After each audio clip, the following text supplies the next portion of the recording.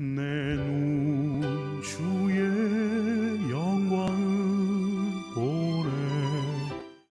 신앙생활을 하다가 보면, 우리가 믿음 생활을 하다 보면 어려울 때가 있는 것 같아요.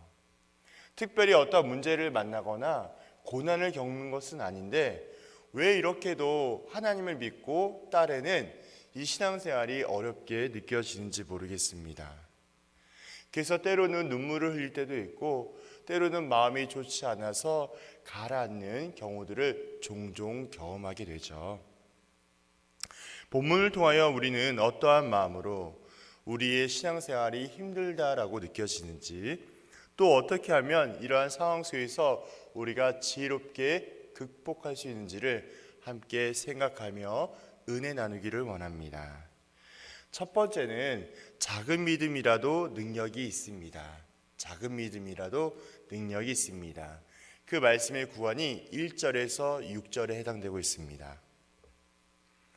누가복음 15장부터 내용을 정리한다면 제자들은 세상에서 사회적으로, 종교적으로, 경제적으로 낮고 소외된 자들을 돌아보는 사명을 부름받았습니다.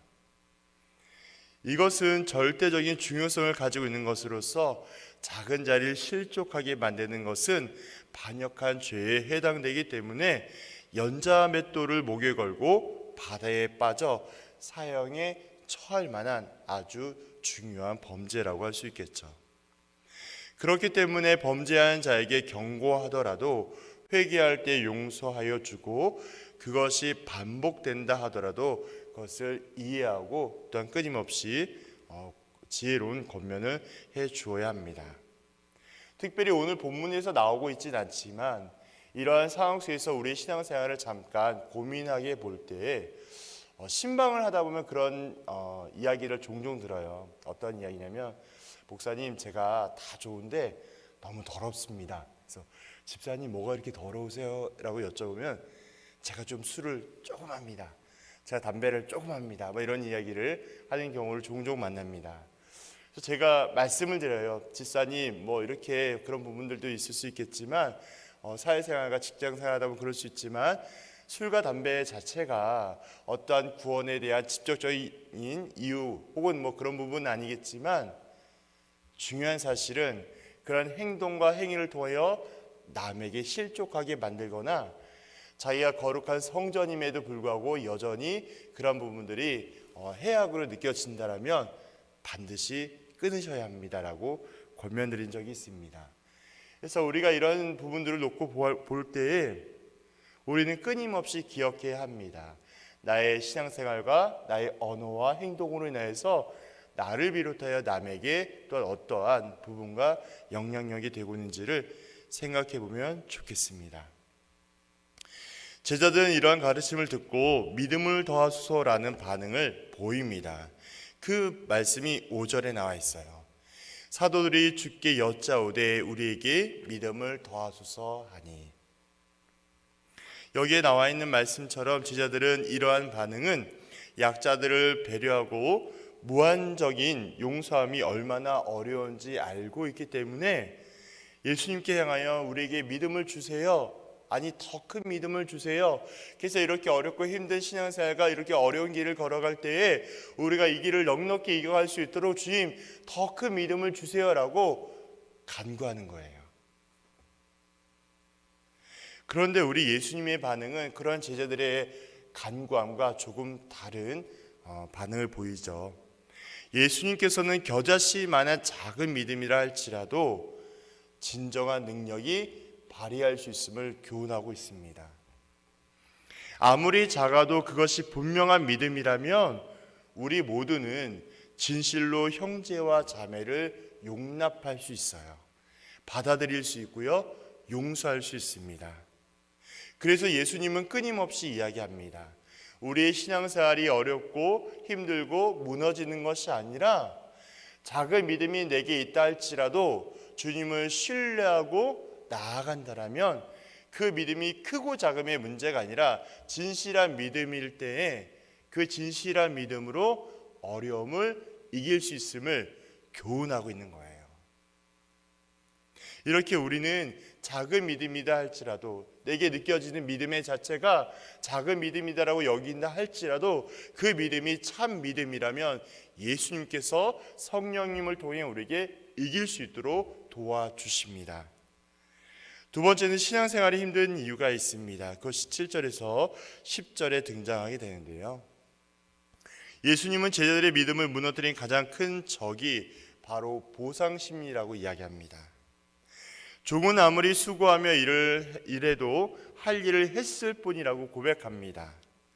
그런데 제자들이 자신이 주님의 종임을 망각하고 자기가 다른 이들보다 더 많이 용서했다라는 이유로 자기 자신이 더 큰 자라고 주장하게 된다면 유대교와 같은 종교적인 계층 사회로 변질될 것입니다. 이러한 내용들은요, 보상 심리는 하나님께 나의 시간, 나의 노력을 드리게 된다면 하나님께서 그 대가로 돈과 건강과 평안과 명예까지 주시리라는 기대함과 똑같은 것입니다. 그러나 이러한 기대함은 바로 우상을 섬기는 것과 동일하게 볼 수 있습니다.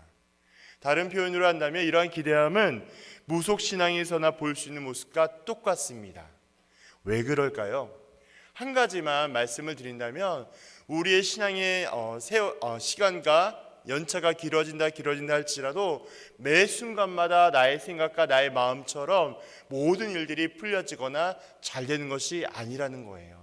다시 말씀을 드린다면 내가 교회에서 얼만큼 봉사하고 혹은 내가 얼만큼 묵상하고 내가 얼만큼 성경 지식이 늘어난다 할지라도 그 모든 것들이 내가 갖고 있는 생각과 내가 갖고 있는 마음과 간구의 제목들이 응답되는 것과 비례하지 않다라는 거예요.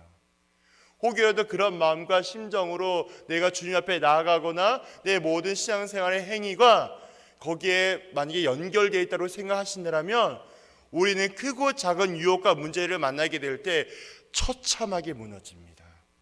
그리고 주님을 원망하게 돼요.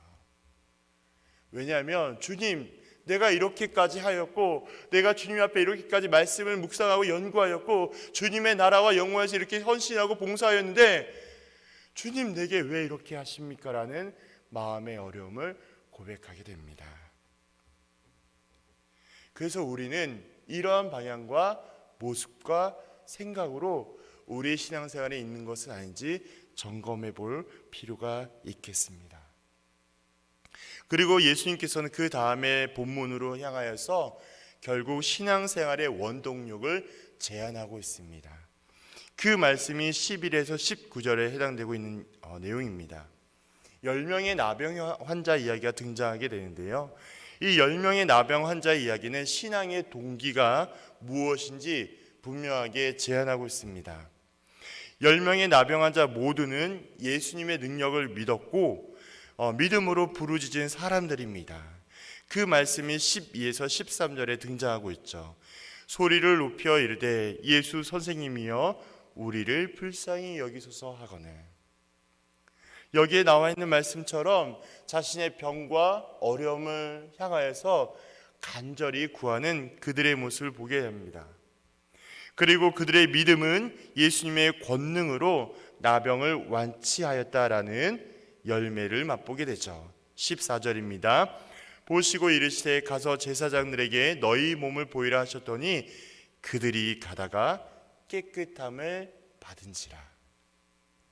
나와 있는 말씀처럼 나병의 병을 치유함을 받습니다. 그런데 재미있는 장면이 등장하게 되죠. 정작 예수님께 돌아와 감사함으로 영광 돌린 사람은 누구일까요? 이방인 사마리아 사람 한 사람만 돌아왔습니다. 나머지 9명도 분명히 예수님의 치유의 능력을 믿었지만 거기까지였던 거예요. 지금 예수님께서 교훈하시고자 하는 어떠한 신앙생활의 원동력을 다시 한번 제안해주고 있는 그림이라고 생각하시면 되겠습니다. 예수님은 자신의 병을 치료해 주시는 분, 혹은 예수님은 자기의 만족을 충족해 주시는 분, 그저 그런 정도의 분이 아니라는 거예요. 우리에게 다가오시는 예수님은 마치 요술램프 지니처럼 주님 이거 해주세요 해주세요 비나이다 비나이다 이런 분이 아니라는 거예요. 진정 예수님이 어떠한 분인지 그 나병 환자 9명은 몰랐던 거예요. 보이고 들리는 것에만 집중하는 그저 그런 정도, 내 기도의 제목에 응답해주는 그저 그런 정도로 예수님을 인정하게 되었던 것입니다. 이처럼 무엇인가 얻는 데 집중하는 믿음, 많은 이들에게 인정받고 높여지는 것 결코 오래갈 수 없습니다. 또한 자신의 외적인 경건과 거룩함을 드러내기 위한 믿음도 오래 갈 수 없습니다. 참된 믿음은 남에게 인정받고 높여지는 것이 아니에요. 이방인 사마리아 사람처럼 은혜로 베풀어 주신 능력을 하나님께 인정하며 가장 먼저 하나님 앞에 나와 하나님의 이름을 찬양하며 높일 때에 진정한 믿음, 감사의 마음으로 경배드릴 수 있습니다. 결국 신앙생활의 원동력은요, 이 한 문장으로 요약할 수 있습니다. 신앙생활의 원동력은 자격 없는 내가 죄와 사망에서 건짐을 받은 것, 자격 없는 내가 은혜로 구원을 얻은 것, 이 사실 하나만으로 감격하며 기쁨과 감사함으로 여기며 살아가는 모든 것이에요. 그런 마음이 있어야 평생토록 아무리 수고하고 풍성한 열매가 부족한다 할지라도 언제나 나는 무익한 종입니다. 오직 이 모든 것을 하나님께서 하셨습니다라는 고백을 드릴 수 있게 됩니다. 이렇게 감사의 마음이 흐려지게 된다면 나의 섬김에 충분한 보상이 돌아오지 않는다라고 느껴지고 또 나보다 조금 적게 섬기는 사람들 향하여 맹렬히 비난하고 정죄할 수 있음을 기억하셔야 합니다. 이러한 문제가 일어나지 않도록 우리는 늘 말씀으로 나 자신을 돌아보아야 합니다. 내 마음에, 우리의 마음에 구원의 감격과 기쁨이 희미해지는 건 아닌지, 하나님의 은혜와 사랑과 축복이 오직 말씀과 성령을 통하여 여전히 작동하며 살아있는지를 끊임없이 점검해야 합니다. 각별한 주의와 노력을 통하여 또한 잘못된 것들을 경계하고 하나님께서 요구하시고 원하시는 거룩과 경건의 자리에 이룰 수 있도록 끊임없이 노력해야 합니다. 우리의 방향성은 세상 가운데 있지 아니하고 하나님의 나라와 영광에 있음을 기억하는 우리 귀한 성도님들이 되기를 주의 이름으로 축복합니다. 더 나아가서 주일을 준비하며 주일의 첫 시간을 주님 앞에 드리며 우리의 모든 삶과 신앙생활이 주일의 영광이 있음을 다시 한번 기억하여 주시기를 바랍니다. 우리는 세상 가운데 나아가고 있고 주중에 우리가 세상과 직장과 사업장이 있다 할지라도 기억하십시오. 주중에서의 위한 삶이 우리의 삶이 아니라 주일의 영광을 위한 삶, 십자가와 부활 그리고 하나님의 나라와 영광을 위한 삶이 주중에서도 주일의 영광을 위하여 살아가야 합니다. 우리의 신앙생활은 주님의 영광이 있음을 기억하는 저와 성도님들 되기를 주님의 이름으로 부탁드립니다. 주의 영광 이곳에 가득해